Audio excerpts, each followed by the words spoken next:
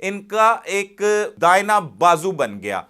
جوتے تک اٹھانے، وردی کو پریس کرنا، تمام چیزیں لے کے آنی، کھانے کا خیال کرنا، ہر چیز کی جو سہولت تھی وہ اس عدیل کی جانب سے دی جاتی تھی. اور اکثر اوقات جو ان کے درمیان بیٹھنے والے دوست ہیں، جو سیف اللہ نیازی کے بڑے قریبی دوست ہیں، ان سے ہماری بات ہوئی تو وہ لوگوں کو یہ بھی کہتا تھا کہ یہ میرے بچوں کی طرح ہیں. لیکن اکثر اوقات جو ہے وہ سیف اللہ نیازی اسی عدیل کے ساتھ بدتمیزی بھی کرتے تھے. اس کے بھی ہمیں شواہد ملے ہیں. اور کچھ ایک ایسی تصویر جس کا ہم نے آپ کو پہلے بھی بتایا کہ ایک تصویر جو ہمارے تک پہنچی ہے وہ کہاں کی ہے، کس جگہ کی ہے، جس میں انسپیکٹر سیف اللہ نیازی اور ان کا میاں والی سے آیا ہوا ایک دوست جو درمیان میں کھڑا ہے، اور بالکل اس کے ساتھ عدیل جو اس قتل کیس میں مرکزی ملزم ہے، جس نے سیف اللہ نیازی کو قتل کیا ہے، وہ بھی کھڑا ہے. اب یہ تینوں لوگ کھڑے ہیں، جس میں عدیل نے ہاتھ میں پسٹل پکڑ رکھا ہے اور جبکہ سیف اللہ نیازی نے ہاتھ میں رائفل پکڑی ہوئی ہے. اور یہ تصویر ہمیں موصول ہوئی ہے، اور یہ تصویر کس جگہ کی ہے؟ ہڈیارہ، لاہور کا علاقہ ہے ہڈیارہ، جہاں پر انسپیکٹر سیف اللہ نیازی کا ایک فارم ہاؤس تھا. سیف اللہ نیازی کے بارے میں بتایا جا رہا ہے کہ ان کی میاں والے میں بھی مربوں کے حساب سے جو ہے وہ جائیداد تھی، زمینیں تھی، اور اس کے علاوہ جو ہے وہ لاہور میں بھی ان کی پراپرٹی تھی. لیکن اس کے باوجود وہ یہیں پر رہائش پذیر تھے اور عرصہ دراز یہیں پر جو شیرا کوٹ کا علاقہ ہے بابو سابو، وہیں پر انہوں نے رہائش اختیار کر رکھی تھی.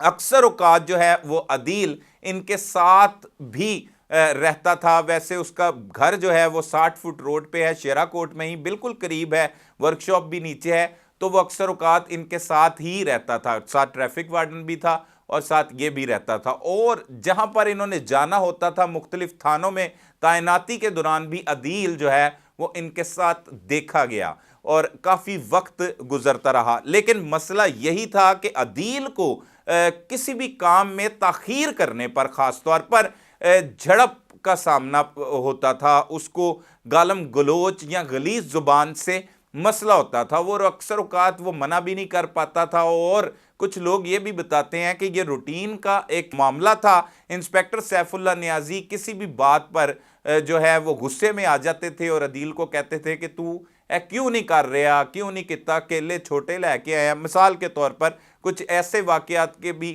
عینی شاہدین ہیں جن سے ہماری بات ہوئی ہے کہ عدیل اور انسپیکٹر سیف اللہ نیازی میں معاملہ کیا تھا. ویسے تو وہ کہتے ہیں کہ جو سیف اللہ نیازی ہے وہ عدیل کو پیسے بھی دیتا تھا، اس کی ہیلپ بھی کرتا تھا. ان کے گھر والے بھی اسے جانتے تھے، عدیل کے اہل خانہ بھی جانتے تھے، اور تمام لوگ جو ہیں وہ جب بھی کوئی عدیل کا کوئی کرمنل ریکارڈ نہیں ہے اس سے قبل اگر بات کی جائے، عدیل محنت مزدوری بھی کر رہا تھا، ساتھ ساتھ اسے یہی مسئلہ یا پریشانی تھی کہ زبان جو ہے وہ غلیظ استعمال جو ہے وہ اس کے ساتھ کی جاتی ہے، جس کے بعد وہ دوبارہ ہنستا کھیلتا بھی تھا. اور اکثر اوقات لوگ بتاتے ہیں کہ جب عدیل کے ساتھ اس طرح کی زبان استعمال کی جاتی تھی تو وہ ہنس کے بھی اکثر اوقات ٹال دیا کرتا تھا. اس روز بھی کیا ہوا جس روز یہ قتل کی خوفناک واردات ہوئی، ہمارے ذرائع نے تو ہمیں یہ بتایا ہے کہ وردی جو ہے اس کو پریس کرنا تھا اور عدیل جو ہے وہ تاخیر سے آیا، جس پر سیف اللہ نیازی نے روٹین کے مطابق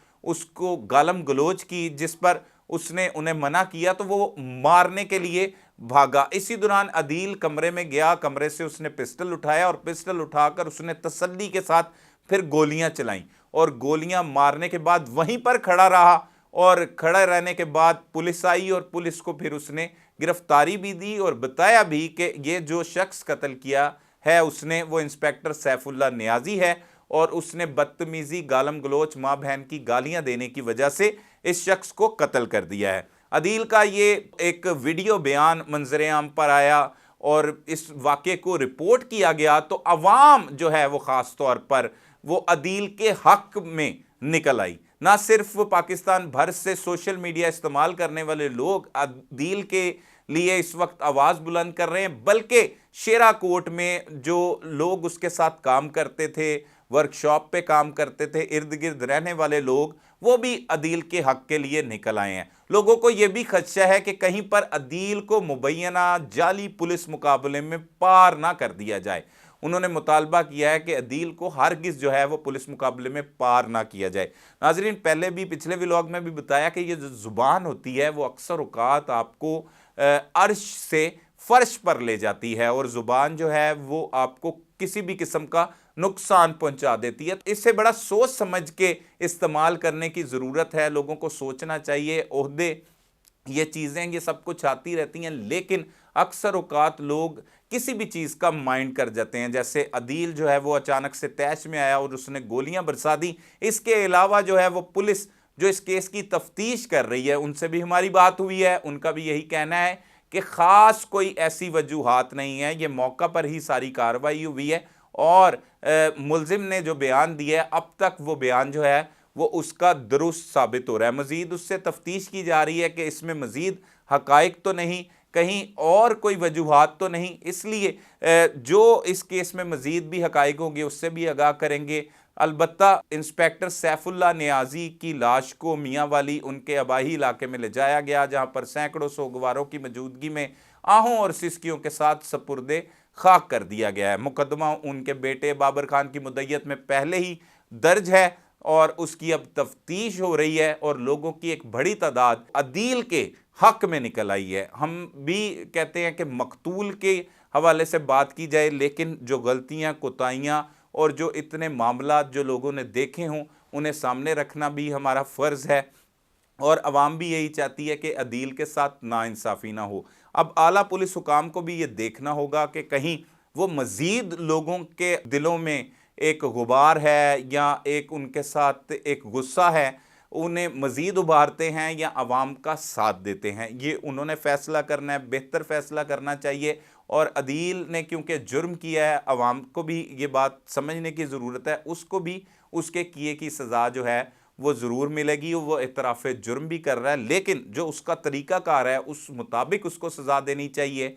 جو لوگوں کو خدشہ ہے کہ اسے مبینہ پولیس مقابلے میں پار کر دیا نہ جائے، وہ ایسی کوئی حرکت ہوگی تو عوام جو ہے وہ مزید جو اس کا اعتماد ہے اپنے محکمے سے، پولیس سے، وہ مزید اٹھتا ہوا دکھائی دے گا۔ تو یہ ساری چیزیں سوچنے سمجھنے کی ضرورت ہے۔